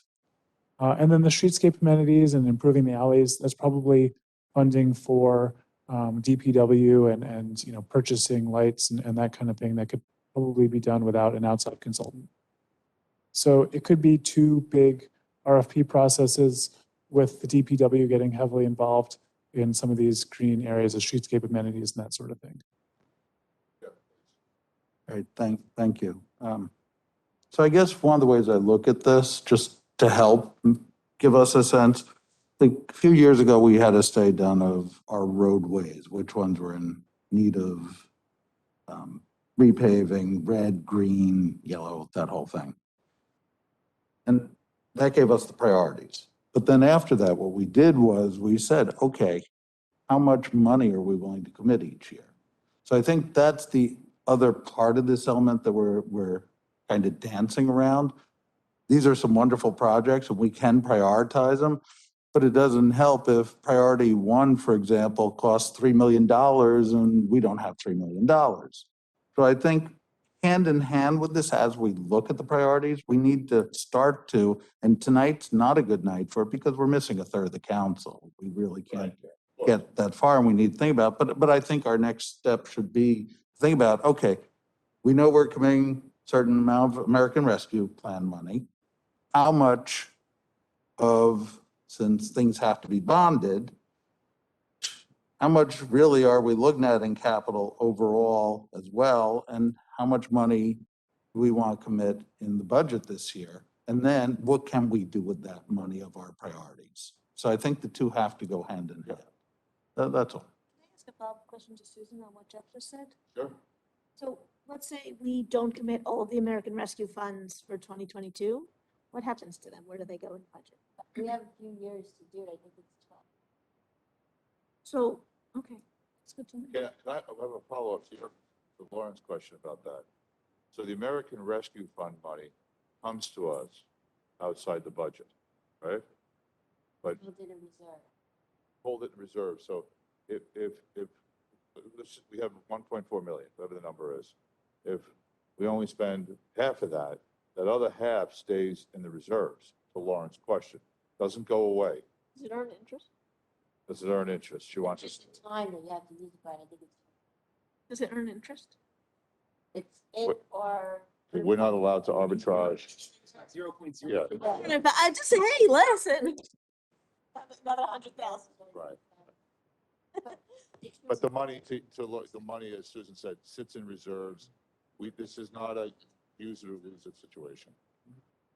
I'm sorry. Okay, go ahead. Hold on. Go So ahead. to your point about that we need to prioritize these, we should be focusing on a larger number. One of the things that I have trouble with here, and Noah, this isn't a reflection on BFJ, you guys have done a great job, is that the pricing, obviously, I don't find as accurate as I need to make an assessment of spending. I think it's going to wind up being double this, at the end of the day, or triple by the time we get through some of this, which is okay, but only because I've seen some of these projects individually and I know what they cost. And so, for example, like our downtown lighting for 2 roads cost over 100K and you have like various places at just 160. So that's a good example of where I think there might be discrepancy. So when we're talking about how much do we spend in a year, for me, I want to spend as much as we can to start every one of these that we can, that we decide we want to pursue. So I would spend the entirety of the American Rescue funds to get all of these that we started, that we want started. However, I would take out 5 of them on your list that I have no interest in doing. And, well, so, yeah, that's what I want to talk about next. Yes, so, okay. Yes. Yeah. So, well, I want to talk about them because I actually want to tweak them and maybe put them on the list again in a different way is really my goal here. Because it's not that I want to completely remove them, it's I want to remove them as presented. So number 1 is the Safe Routes to School. The Board of Ed should be applying for those grants and they are. And so that's money that our council on the government side shouldn't be spending. The Board of Ed should be spending it and they are looking into those grants. I think that makes some good sense. Yeah, I agree with that. Okay. That's easy. So that's an easy out. Okay. The second thing, and we've sort of alluded to this already, is the staffing for the downtown manager and all of those fees. I would like to try to do this as much as we can internally. We have a fantastic new BA. We have a great CFO. We have an internal engineer. Sorry, I'm trying to give Jimmy props. Yeah, and so I would prefer if he became the engineer before we take money I'd rather use on something else So, and yeah, put it that way. everyone agrees? I love it. I love the answer. This one is great also. It has nothing to do with 2022. Agreed, but Success. I'm just saying, For 18, but I'm saying, as we're trying to prioritize, it's easier to prioritize smaller, less well, okay. The next is we're already looking at electric vehicles and we're already going to be writing Yeah. a bid for that. So I think we could take that one out. Sorry. So I want to talk about parking lot O, which is like so parking lot O, we had an engineering design on it. And one of the major issues in parking lot O is the consolidation of the garbage, the appearance and the health issues really When we have a project, it's about 100K in total. It redoes the alleyway, it adds lighting, it takes landscaping, it makes pathways, it improves the employee parking. I'd prefer to see that as something we would consider again versus just talking about permitting parking there. Because nobody wants to park there because it's so dirty and so difficult. And the project essentially made a better thoroughfare for residents and business people to drive through. It took all of the different business garbages, consolidated it into a brick structure in the center. And so I have to get that to you to consider. Yeah. Again, to that one, again, the design. The Right. great news is, it sounds like maybe took this, we have 30,000 and they separated it out, the improved number 8,000. Right, That's the alleyway that you're. that's the same, it's the same alleyway. Plus 30 is 50, so Right. maybe the answer is 70, but the concept of Is working on parking lot O, but not this, I don't actually want to restrict it to permit parking, but that's a discussion we can have later. But I'm saying, the way it's presented from BFJ, what I'd like to see is actually the alley and the structure and it actually, talk about wayfinding, it has pathways in to parking lot O from different areas of the town for safe parking, and it was better lit and all of that. And I think that that's, in my book, a better use of the money than trying to change all the permitting and so forth. Okay. So I'll have to get that to you. Yeah, no, I think that would be really helpful for us. I mean, I think we are very supportive and I think that aligns with our ideas. Okay. And then actually, Mayor, I know you said this is a joke, but I think at this point, I know we were talking about the parking lot near the post office. I wasn't joking. But, we had talked about a re-envisioning on Summit Street near the senior center and those lots that are unused. I'd rather see money focused in that area. Our senior center still needs to be upgraded. There still is a need for a reimagined senior center for our residents, and many of them have spent years paying their taxes. They'd like to see something for it. I'd love to see a focus on our seniors and our senior services. It's one of the best things here about Tenafly. I sit on a lot of the senior committees, and not only should we be, focusing on them, but we should actually, they've spent their life giving to Tenafly. I'd love to give back to them. And I don't see that vision in this plan as much as I'd like. I think we talk about schools, I think we talk about shoppers, but here we have a whole group of residents that I just feel like are missing a little bit in the first focus.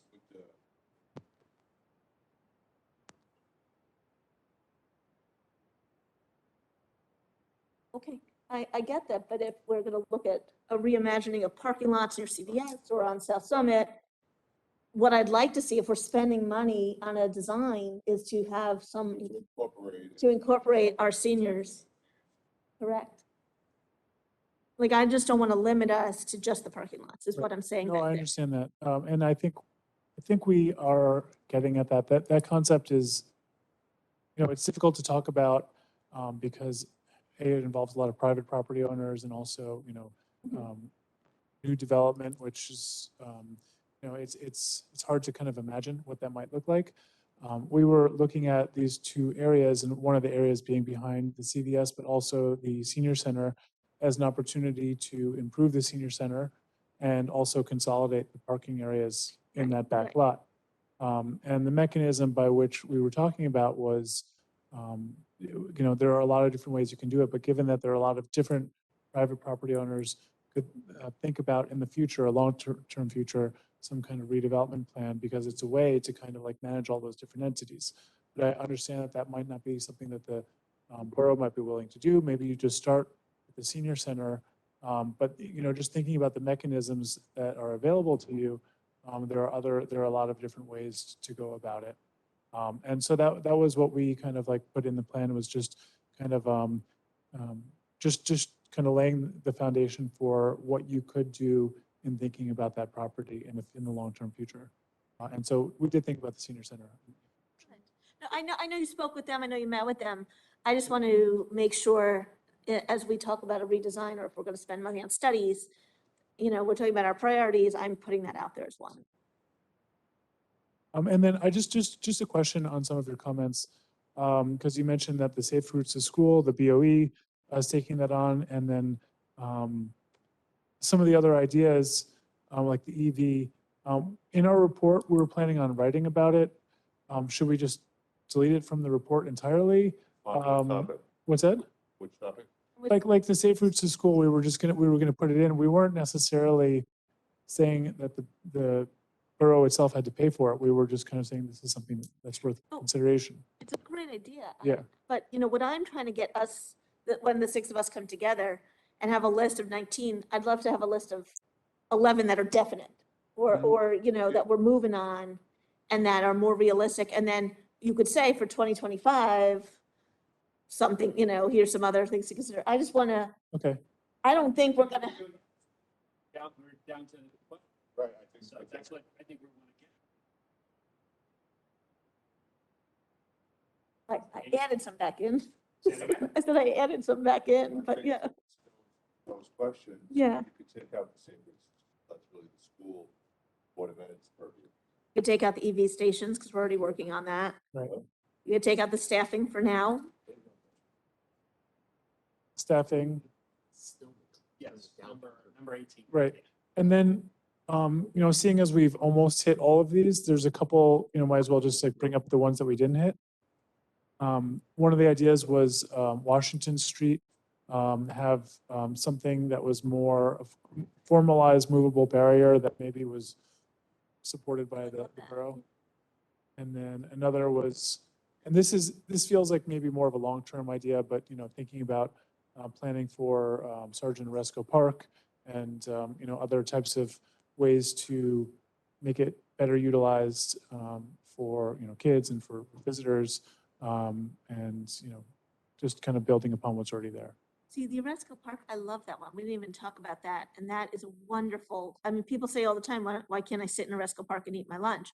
There's restaurants right here. I just want to walk over, sit on you know, a bench. I mean, the idea behind it was a more passive park. And I know we've had this debate with the HPC, the Historical Society.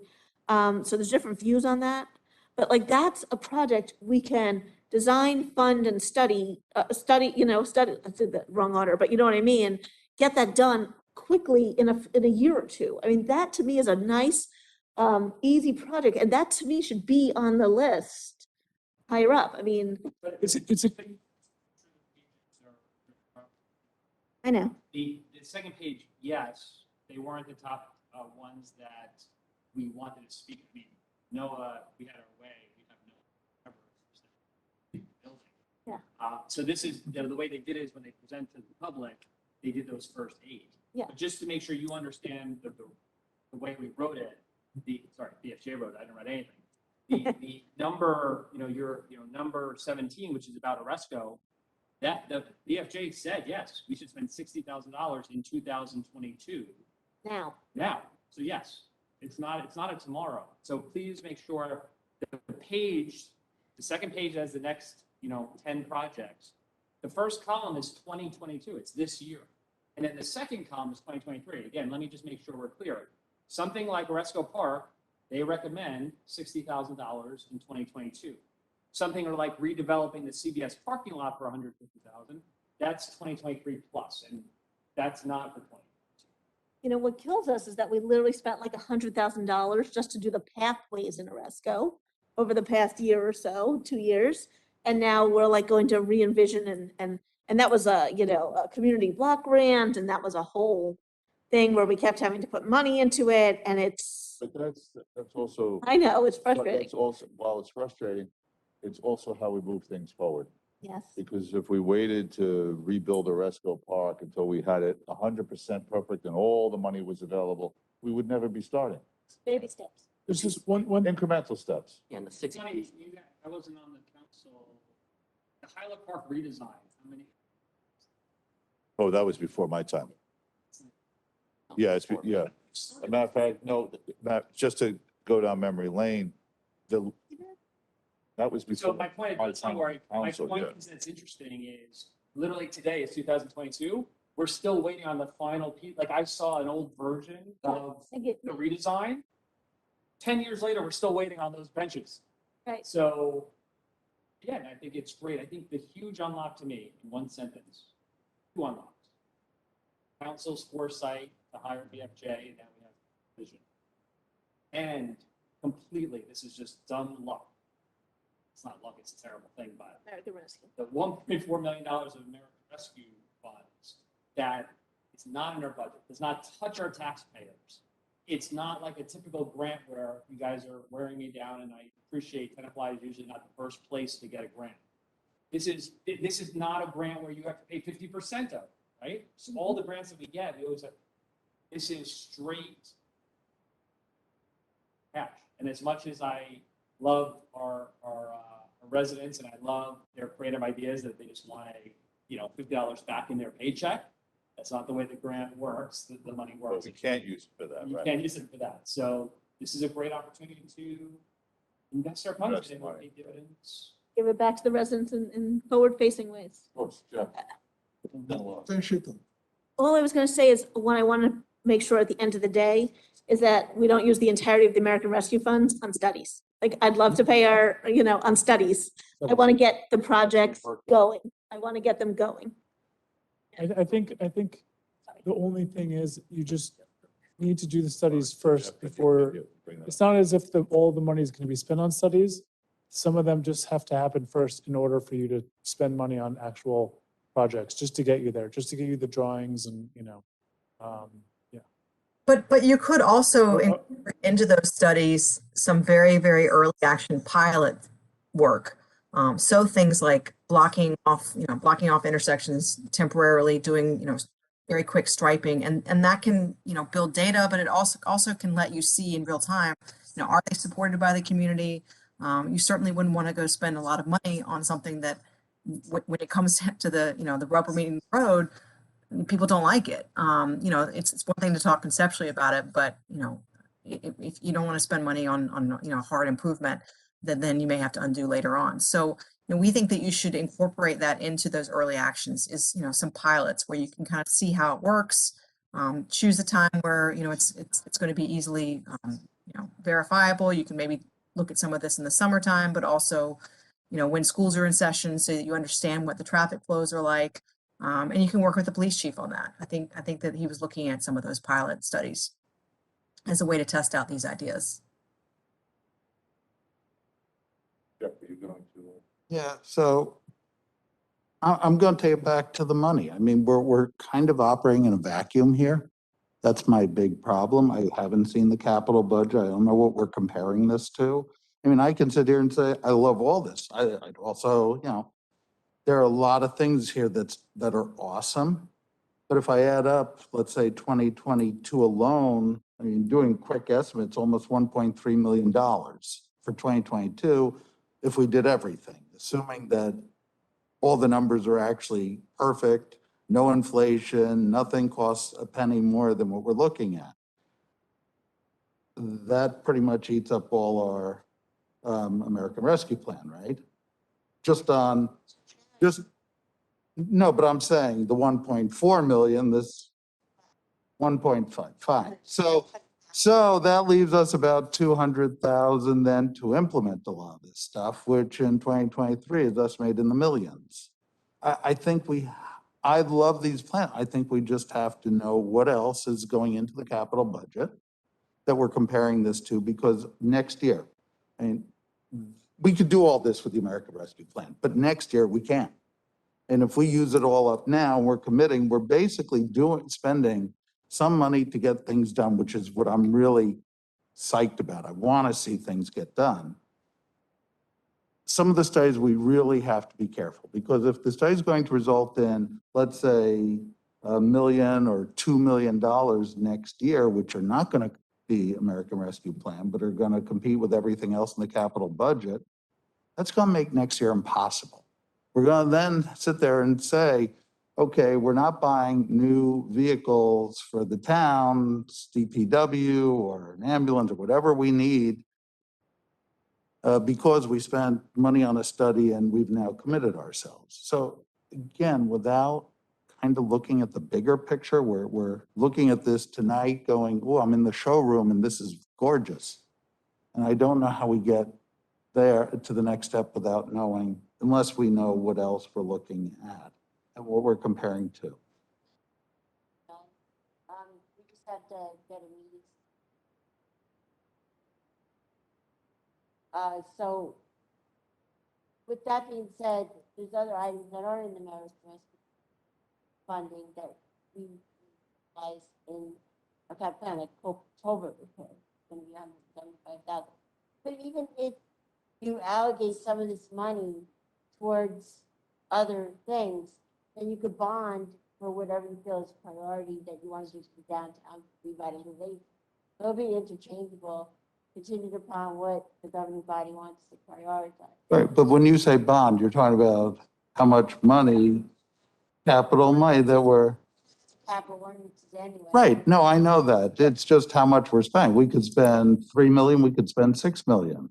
That's right. So then the plan will have everything in it, including the downtown revitalization. Right. But what we're gonna need is recommend, It's very prudent to look at the whole entire plan, but at the same time, if you're gonna act on what's in the study, I really believe you need to group it, as it's already been discussed, figure out what projects you wanna do. Every project that's gonna be done for this American Rescue Plan is gonna be a separate ordinance. Keeping it separate so that the reporting is clean. It's gonna be vetted with the DCA so that I don't like to do things reactionary, I like to be very proactive. And then we'll look at the capital plan, and the only thing that I really see in the capital plan, besides some of the roads, because there's categories that have to be complied with, such as our revenue loss. So the roads, when you look at the roads, they can only be allocated up to a certain amount, and that amount's like 1.1 million. So maybe some of this can be put towards road infrastructure, maybe something like Fairmont Road, some of it, we may say, you guys may say, put it towards the culvert repairs. Some of it may go in operating for storm water drains, there's gonna be 35,000 in there. So I'm gonna tell you where all the money can be utilized. I just know from with my correspondence with the DCAs, but they already looked at that, a lot of this could be utilized for American Rescue Plan. that's I really think not. Jeff's point is, My, And it's, you need to see the whole picture. not only that, but if a lot of this is utilizing those funds, and then this is for a lot of action in 2023. And after this, you're going to say, how much of this do you really want to do? Like, this is multi-year projects. Right. right, so And that's why I started with, we looked at the roads. We know what were we told originally, 30 million for roads, and we said, okay, we're going to do $1 million to $1.5 million a year. And we can certainly kind of, I think, take that kind of approach here. How much we really want to put in each year and what can get done. Almost the same way we've done it with the roads. Mm-hmm. And with that, we can incorporate some of the other projects in the other years. Exactly. I think that will make it easier for us to look forward and how to make this happen in steps. right, this is the whole theme, is this is an incremental, step-by-step process, right? Over a multi-year period. Key is to get started somewhere, Right. right? Intelligently and counting the money. One of the things about the money is we can't be arguing about or discussing, does a light bulb cost $50 or $800, to your point, because we don't know yet, right? And that's until we get into, okay, this is priority number one. Let's get some bids and find out if we were right with our assessments. And that's going to then prove or disprove our incremental plan, Mhm. right? So, Traffic lighting was a time. Capital plan. That went fast, okay, and we also didn't keep doing it, or we might have I think we might have reappropriated it for something else for the fleet. But there's a problem, and sometimes when the lights go, there's not enough money to fix them in our operating. There's no spending source in the capital. I really think that should be outside of. That's, that's, Right. I'm gonna make up a number. We should put $250,000, just like we do the roads $1 million a year. Right. For the next 3 years, we should put, Mhm. $500,000, 250,000. And that's like, again, thank you to the BFJ team for sort of re-identifying, because I know you guys did. But the whole, I'd love to be out 25 years from now, this council takes action Right. on it. And we put it in the budget, and we are planning for it 2 years. $1,000 a year, $500,000 a year, and it's not even downtown revitalization, it just is. Infrastructure. But it's infrastructure. Yeah.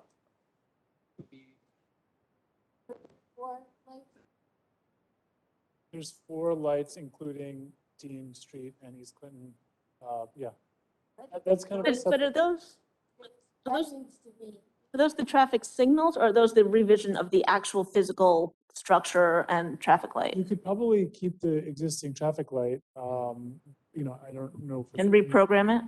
But I know that on Highwood and County Road, those lights are not overhead. They're just kind of on the side of the road. Those would probably need to be replaced. Yeah, the ones that on the street level. They're on the street level, and I don't think that's, My deli light, it's terrible. yeah, I don't think that's standard. The other thing still, the chief said, Mhm. much more. Yeah, When we take one away because we don't move it, don't just put it in the trash. you can use You it. could reuse it for another place, which is kind of cool, which I didn't think of. Right, for example, like at the bus stop, if you took the bus stop out, you didn't need the light there, you could move it across the street to Cafe Angelique entrance if you did need a light, you know, at that. It's Mhm. just one example. right there is a separate project. In or outside of this plan, So Right. just safety. to move this, what are our next steps? We need to have a meeting and rank this, decide this. What do you, You want to go down the list, just see yes or no? I mean, it's an unofficial sort of, we just go down the list and I mean, like, I was gonna ask Noah and BFJ, like, how do they, what's the next step with them? The Or next just wait step, for the them? next step is, you know, I do think that some of these can be grouped together. We can put that, you know, in, but is for the transportation projects, you need to go out probably to an RFP. There are some pilot projects you could do in interim if you don't want to do that. But I would say you definitely want to do an RFP regardless Mhm. to get started on understanding the costs for these improvements. The same thing can be said for rezoning, the branding, and the guidelines. I mean, we usually do our zoning. Thank you. Well, that actually was one of the ones I meant to ask about. We do our zoning in-house. We have an in-house attorney who does If you- zoning. If you want to revise the zoning on your own, we've provided kind of like broad bullet points of recommendations of things to consider. Okay. And you could do it yourself for certain, you know. He's telling me no one, Jeff, how do we? Well, we We change our zoning ordinance. Well, we hire Burgess Associates usually to make studies and recommendations, Like, Right. but that's how it works. But now, wait, but can I all ask right. a silly question? Since No, we've already that's hired what BFJ Right. to study that and give recommendations, do we have to hire Burgess, or can we just implement those recommendations? Well, we can't even answer a question like that unless we know what project we're talking about. It's zoning on the board, on the buildings facades and anything, okay. Well, that's like, you know, for something like that, we would have a conversation with the planning board first. Mhm. Right, because the Right. planning board could have, you know, we have all kinds of committees, right? And then we get advice from the professionals there, the attorneys and Burgess, like, you know, that sort of thing. I'm just saying that's one of the I mean, items on the list. The decision on which firm to use is, you know, we can, I think it'd be more helpful just to decide what you want to do, and then who you want to use is entirely up to you. Mhm. And the RFP process, and there's also bidding requirements, you know. All right, so what do you need from us next? We are more here to serve you. Well, if I could jump in, no, I think, How about we go to ahead. council? Go ahead, I'm sorry. sorry, I mean, I was gonna suggest, you know, obviously, correct me if I'm wrong, but I think on our end, maybe the next step is to actually draft the plan.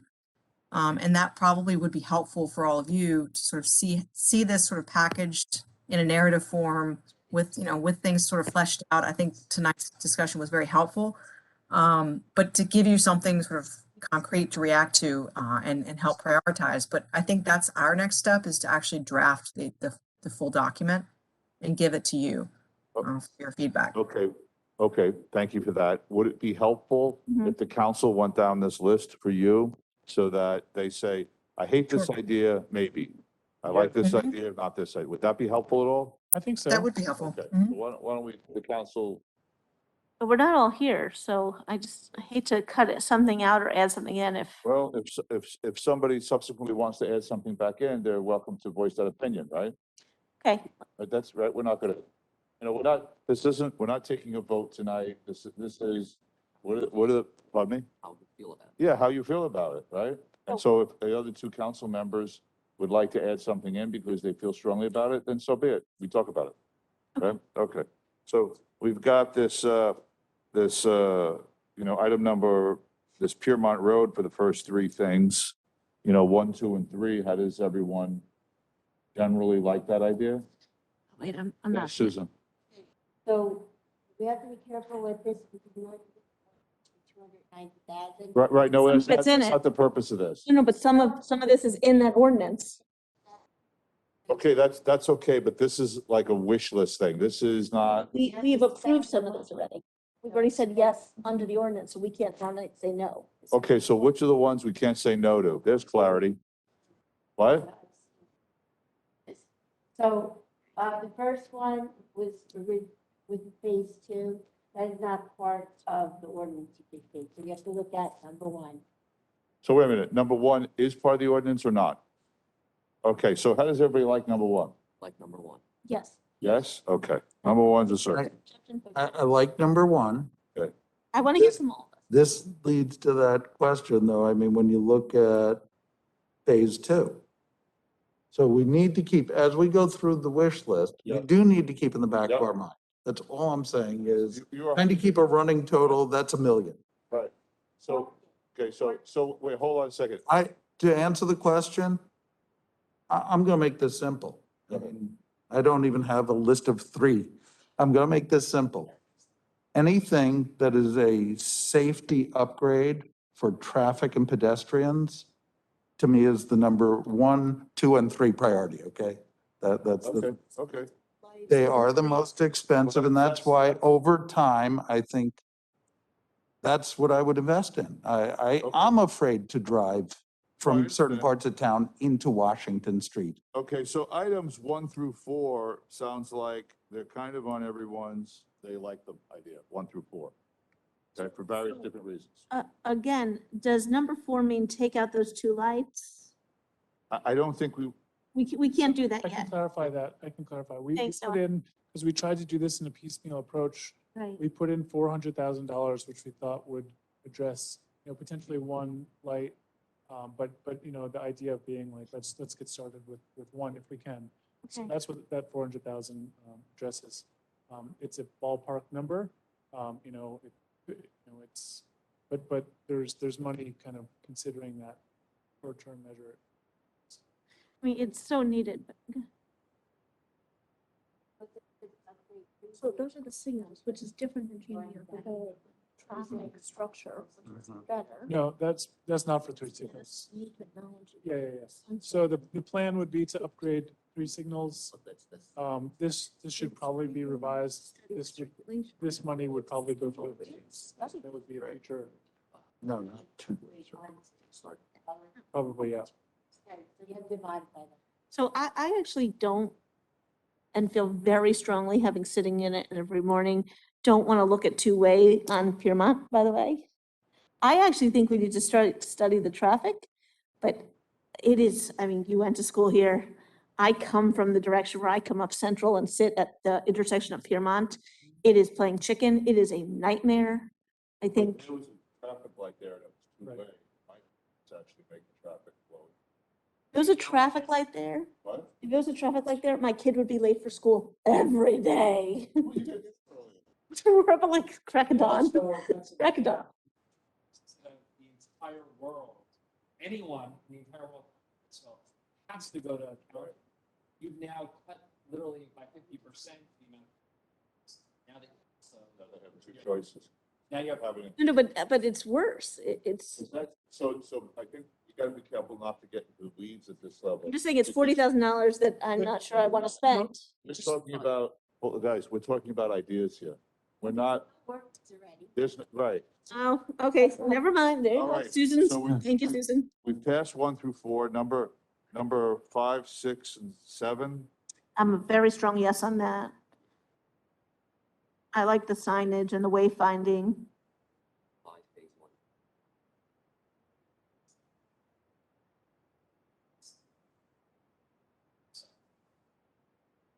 Yes, yes. It's not Talk to people. So, advisor. by the way, Noah, for the last line in number 5, I'm on the welcoming committee. We actually do a whole thing for new businesses. We get their name in the paper, we advertise them on the light up board, so we kind of do a welcome. I don't know what the 5,000 here, what, like this says, welcome I think package. This was a conversation with Adam as far as a way to market Tenafly more to new businesses, to get new So it's not businesses. residents welcome committee. It is worded a little funny. Yeah. So this is the whole idea. No, no, but I'm saying we do this. Which Oh, is for a business. real vision Do. for us is now that we've fixed the traffic patterns, now that we've made things safer, now that we've made it pretty. Now we can actually go to, then the downtown committee is already working on what do residents want from stores? That's probably the number one thing that we heard the most. I want better stores, I want better restaurants, I want blah, blah, blah.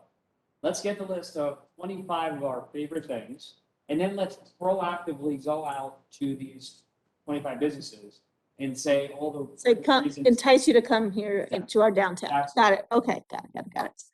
Sorry, misread. Okay. Let me go back to 5 for a second, the design guidelines for facades and signage, which I think standardization is wonderful, but we don't have, and I'm not sure how popular it would be, something like an architectural review board. We don't. Look at that. It doesn't In have- many towns do have that. Yeah, it would have to be, it could be reviewed by options. Some towns have very specific guidelines. Sign needs to be, this high, this wide, this type of font. It also could be just general as far as the types of materials that you want to see, the color palette. I think the design guidelines would kind of provide something that hopefully provided enough flexibility for property owners, but maintained a good design. I don't know, Susan, if you have anything to add to that. But on that, they're not going to be forced to go back and change because everything will be grandfathered in. Change existing. Right, and we currently do have, in terms of height of letters and all that, that's already in the zoning. Right, I guess what we heard was that there is maybe some room to standardize it. Maybe there were some signs that weren't seemed to like, and maybe there was an opportunity to. I would probably just move that to a later phase because it's not something that can have an immediate impact. That's the only thing. I mean, that would take time to convince store owners, and I really want things with a more immediate impact in the first phase. At a later phase, yeah. You're right, because we don't even have it, there's no architectural review in the planning. Correct. That's gotta get on the book. There is, as we said, sign, letter heights and. Right. That would go to something like a 2023 to consider later. Yeah. All right, number 6, branding, signage, marketing. Yes, it's the wayfinding and Okay. you can park here and. All right. Number 7, downtown lights. What do you think of that, Lauren? Yes, yes, and yes. Oh, I have a question on that, sorry. Uh-huh. Have you ever seen a street light, like the low ones for the sidewalks with the electric charger attached to it? Electric charger. People stand there. Or you mean like a solar No, thing? no, yeah, for an electric vehicle. Oh. Have you ever I seen haven't. those? Good idea, Yeah. Bill. Does that exist? Yeah, because PSC would pay. Well, let's do that. Did you pay for that? That's what I'm thinking. That's one brainstorm. It's a charger / light bulb. It's a brainstorm. Certainly, I think we could. Oh, we gotta get some information on that. On the post, on the light post? That would just solve all issues right there. Well, it's not what you're looking for. But it does bring to Jeff's point, it does bring safety and lighting. I'm fine with that. And again, we could do a combination there, like Jeff said, of the utility versus the decorative, and I think we could find a good cost-effective solution there. All right, number 8, improve 2 alleys. So the alleys, again, also coordinate with the parking lot O, which is later, so Yes. can we just So go that's one later. parking lot O? Let's put that as later. So I would put Later. parking lot O as, It's with O, With O. with O, Which is this year. right. so what I would like to see is a parking lot O and that alley price, and then, It's just the line. yeah. Okay, with lot O. So I would like to see that one 2022. Because, by the way, on that one, Yeah. but on that one, again, we don't need to do a study. It's done already by Mazer, by Colliers. It's ready to go if we want to spend the money on it.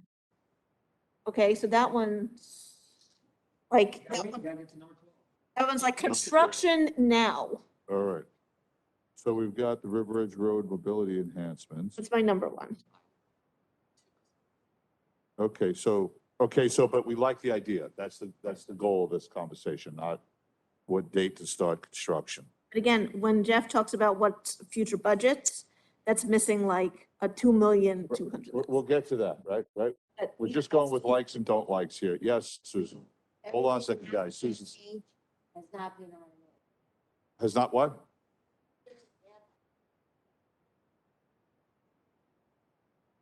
Understood. Okay, thank you for that. And by the way, Mayor, on sorry, River Edge, we had a plan beginning to start as well. Yes, we do. Studies already. Yeah. We might cut costs there. Oh, absolutely. I would hope so. Yeah. All right, so we agreed earlier to take out number 10, electric vehicles only because we've got an entirely separate program going on with that. Dan's gonna get light posts. And Dan's responsible for light bulbs. 11, we've determined that safe routes to schools is a Board of Ed issue. Who's gonna check on that? You said you questioned Dan on that Yeah, I one? want to say that's us, but it's not in 20. Yeah. Okay. They said they Fine. want, All right, they want, so you want to keep number 9, but it's possible. So number 9 is the study for River Edge Road, and also. We might have done one of them already. So we'll send you. we've got information to give you on that. Right, so I think Jimmy, this- this is what I asked you to find, all this stuff. So I guess what, you should decide what you want to do. I think that study was for medians, correct me if I'm wrong. What we, you can use that, or if you want to do bike lane, but I guess that's. I love your bike lane. No, I wanna like try to make synergy there. Right, That's like my number one on my list. No, it's a great, I love that and concept. then the 50,000 is for striping and, Yeah. not a permanent median. It's just. Okay, sorry. Okay, No, it's great. jumping to number 12 in conjunction with the alleys on number 8. Oh, And we've got to consider what we're doing with the garbage situation over there. Right, All right, number 13, that's better. we've got shed, yeah, that's 2023. But that's kind of the area where the parking lot at CVS, the shed lot at South Summit is where we should kind of start investigating the senior center idea. Because that's all the same geographic area. So if that comes to fruition at some point. Right, Yeah, agreed. 13 and 14 are the same. All right, 15 Washington Street open space. This is just like the name. Isn't that the same thing as TLC though? Is that? Yeah, I something mean, isn't different? this really DPW stuff? Or is that TLC? Set the budget for just the paint, but then the other. This is Washington Street open space was the idea of closing Washington Street for seasonally for an event. And that's something that is, Pedestrian plaza type thing? Pedestrian Plaza, it could be a weekend, a day, a Saturday, fall, temporary. Yeah. Open dining, you could do it in conjunction with event that's happening downtown. And this is just kind of money in support of that, whether it be signage, marketing, staff. and that. All right, so if we see it in the report, we see it in the report. If we move forward with it, we do. If we don't, we don't. Yeah, I mean, But- Adam and I painted those barriers. I feel like we can get, like you were talking about murals and art. I feel like we have some local artists and we said you get to paint Washington Street, they would jump at that. Okay. All right, 16, improve outdoor dining. Yeah, this should be a priority now as we come into the spring. We didn't even discuss this, but what are we, Well, So was so great that the whole community, I thought it was a community event that we all painted them together. I thought it was so special to see that. We got good feedback from the businesses that sometimes there's a difference. There's a time for cuteness that our boys and girls painted it, and time for, They look like the circus. I wish they were a little bit nicer. Right. So generous on these. When we were painting, my daughter said, how come we're painting a circus? All right. Let's, So that's the idea. It's a bit more professional. Okay. all right. Those are barriers that would be put out by the DPW, taken away by the DPW, or by the individual businesses? I'm sorry, what's the vision? DPW. DPW. All right, so 17 park improvements. Do we want to hear about plans for Oresco Park?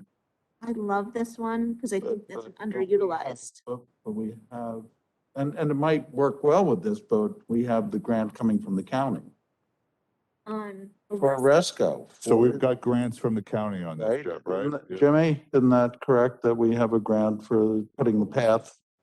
So it's to put a path from the middle to Washington Street, because the path only goes to the middle of, it, It was kind of a big idea. Well, no, We also talked to it's the police chief. You know, and I didn't even notice. You've been on that, I- The reason for that circular driveway was because and so, Did you guys know that? Like, right, Told us, the front of Yeah. Russell Park was the front of Borough Hall 100 years. that would have been so nice. Borough Hall was where the parking lot is next to the post office. And then this building. Yeah, He but knows this all the village history. building was, we're gonna go off on a tangent here. But this building was Anyway. configured very differently originally. Yes, that's the thing. Okay. This building was meant to be configured. the point being, whatever use that was there was a reason for this kind of dramatic promenade or road, and it doesn't really serve a purpose now. It's kind of just roadway that's there. We know the post office box is there, but that could be moved somewhere else. You could have a cul-de-sac there, and there are ways to re-envision how that space could be better utilized. We didn't come up with a plan. What I have in the document is something that we kind of just thought up very quickly. It really deserves more effort and time, but there certainly is an opportunity there to rethink how that. I mean, that's a 2022 to me. Like, that is such a that's simple, good, useful thing. Yeah, That's, I like this idea. I mean, I think it's a good idea. My only concern is I just don't want the borough to bite off more than it can chew in, like, You know what? and there's like a lot going on. So that's my only concern, just. I get excited.